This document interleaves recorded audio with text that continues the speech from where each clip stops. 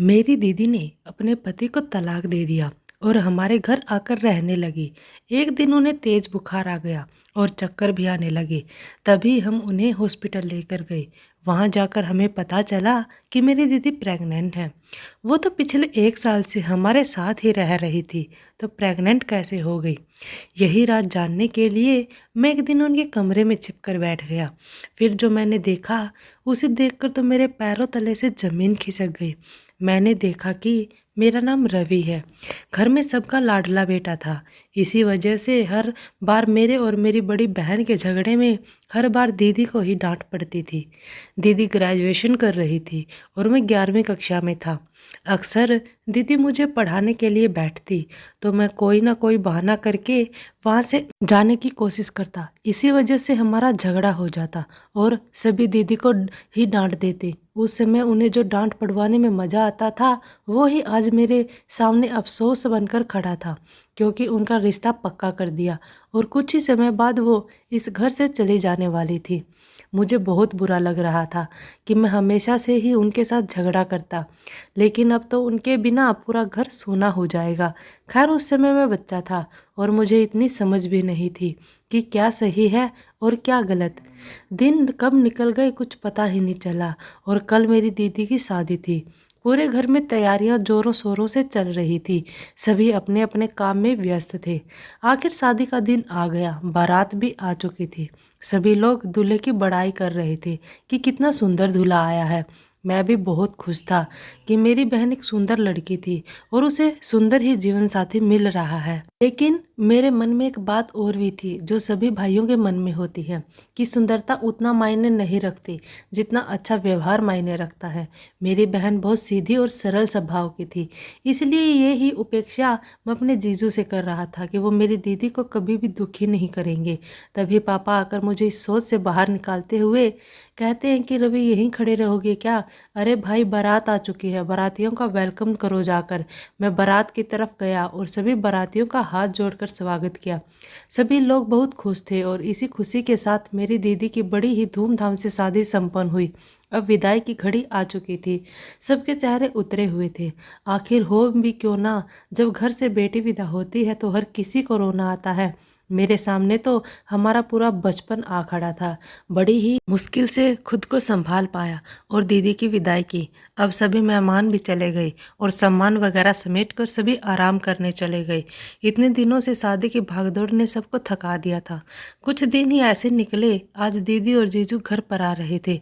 माँ सुबह से रसोई घर में पकवान बनाने में लगी थी, क्योंकि शादी के बाद पहली बार दामाद घर पर आ रहे थे।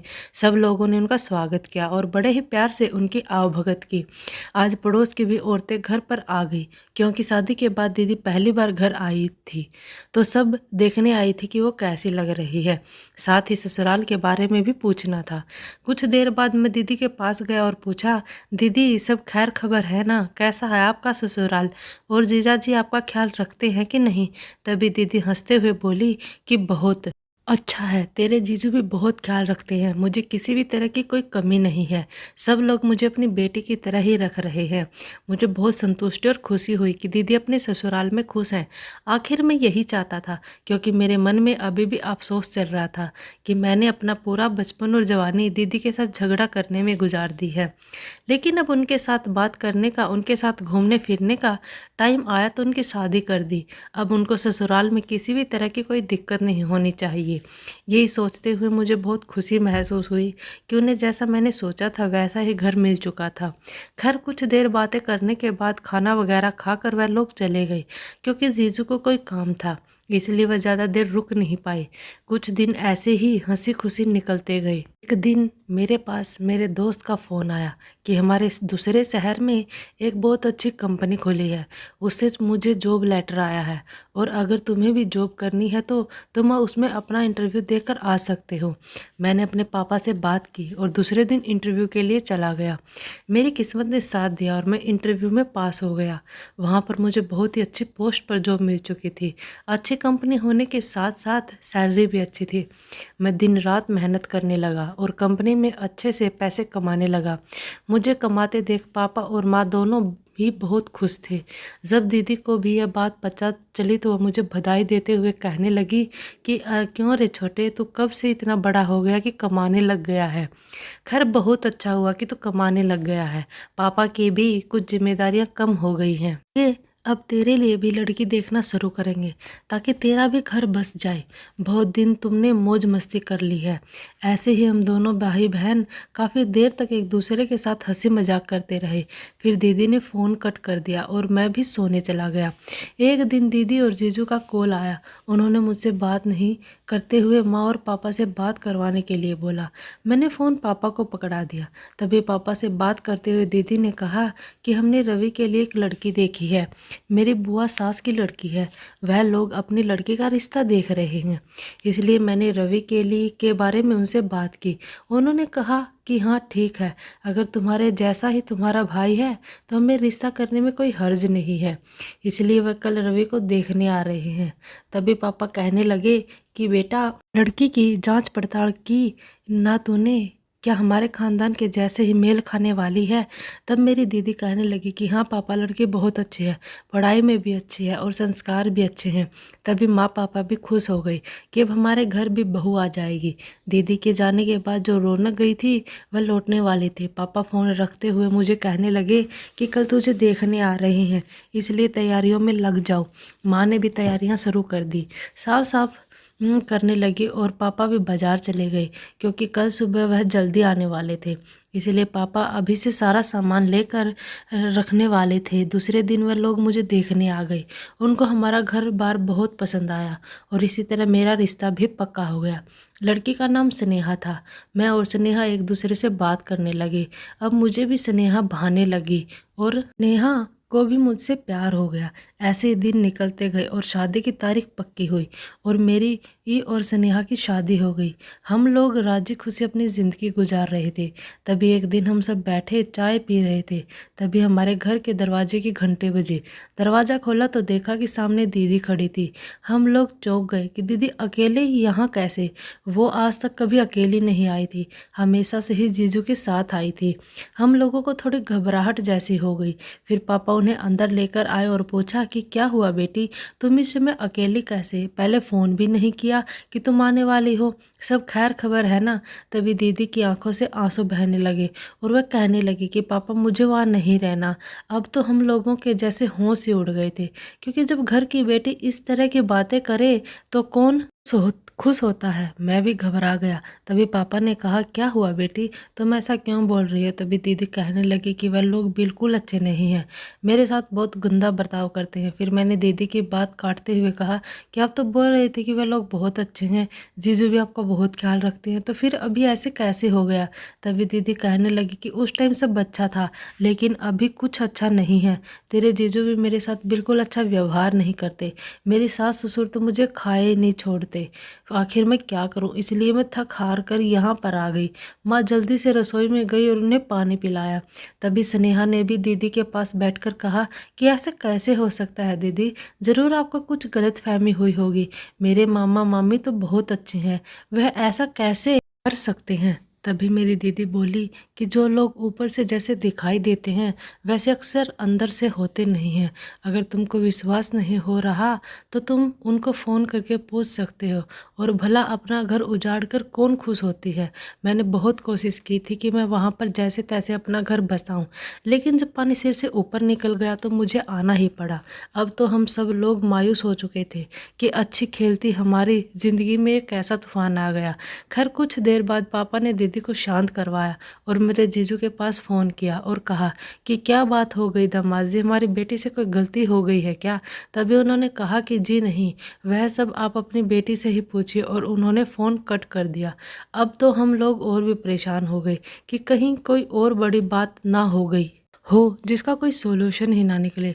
हम लोगों ने दीदी से बहुत बार पूछने की कोशिश की, लेकिन दीदी बस रोए जा रही थी और इतना कहे जा रही थी कि मुझे वहाँ दोबारा वापस नहीं जाना है। मुझे तो अब दीदी की टेंशन के साथ साथ स्नेहा की भी फिक्र होने लगी थी, क्योंकि वह दीदी के ससुराल वालों के लिंक से ही थी।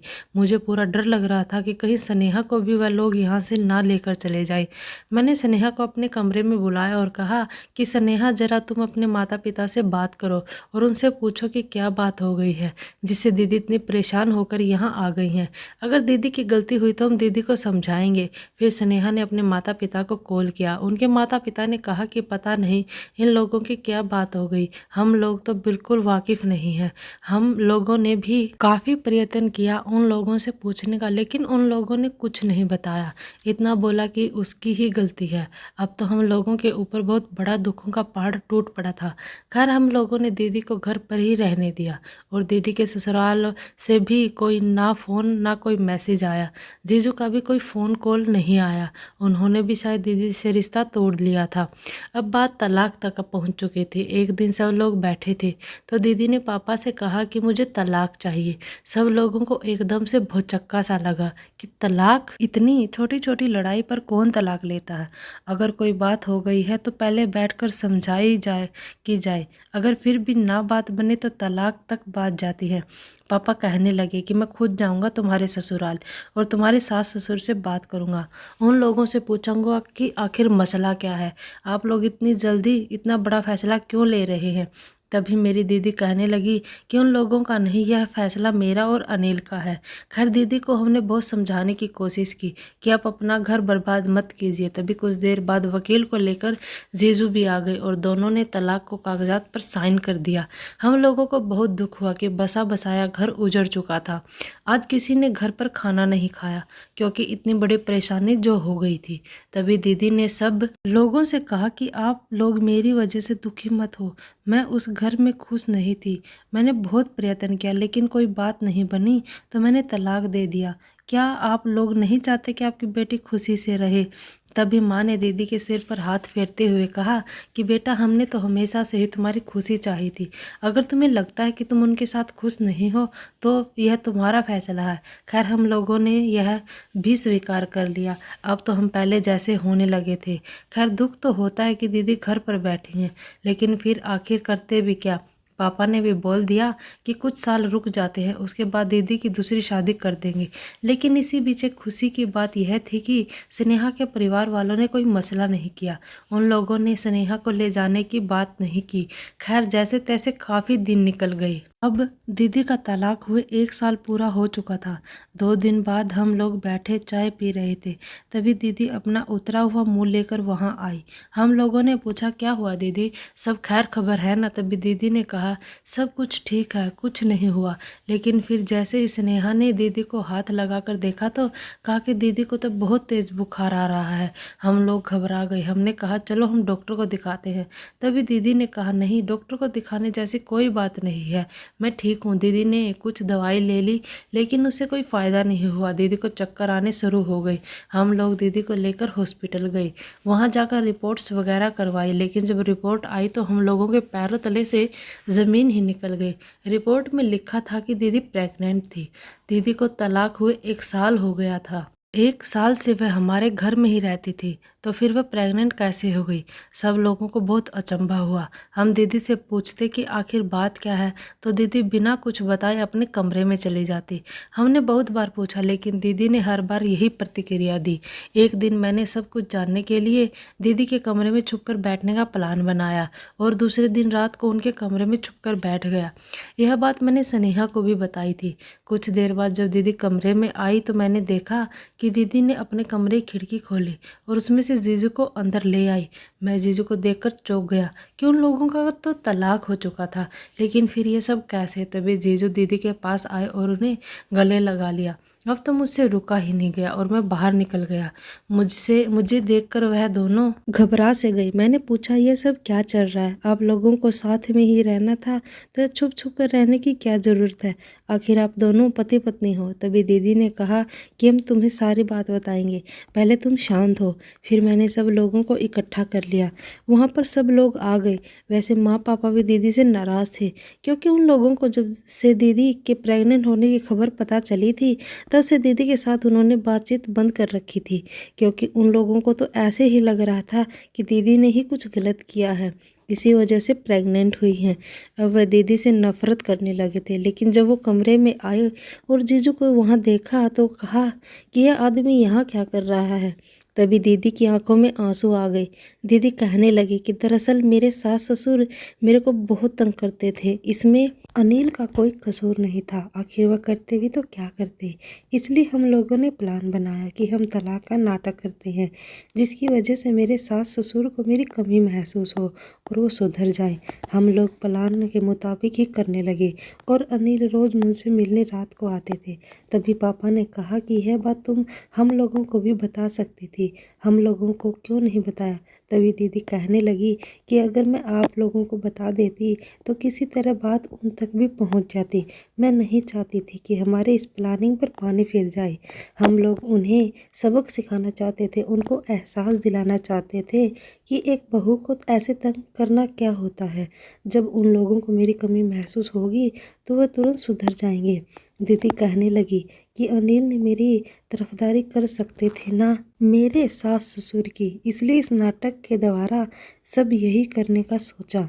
हम लोगों को सब कुछ समझ में आ चुका था। माँ पापा को भी एहसास हो गया था कि वह दीदी को गलत समझ रहे थे और मेरी भी सारी गलतफहमी दूर हो गई थी।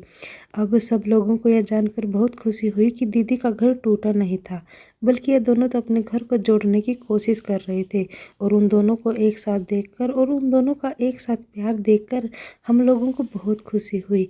ये सब देखकर मैंने और स्नेहा ने भी एक दूसरे से वादा किया कि कभी भी कोई दिक्कत आई तो हम एक दूसरे का साथ देंगे और ऐसे ही प्यार से रहेंगे।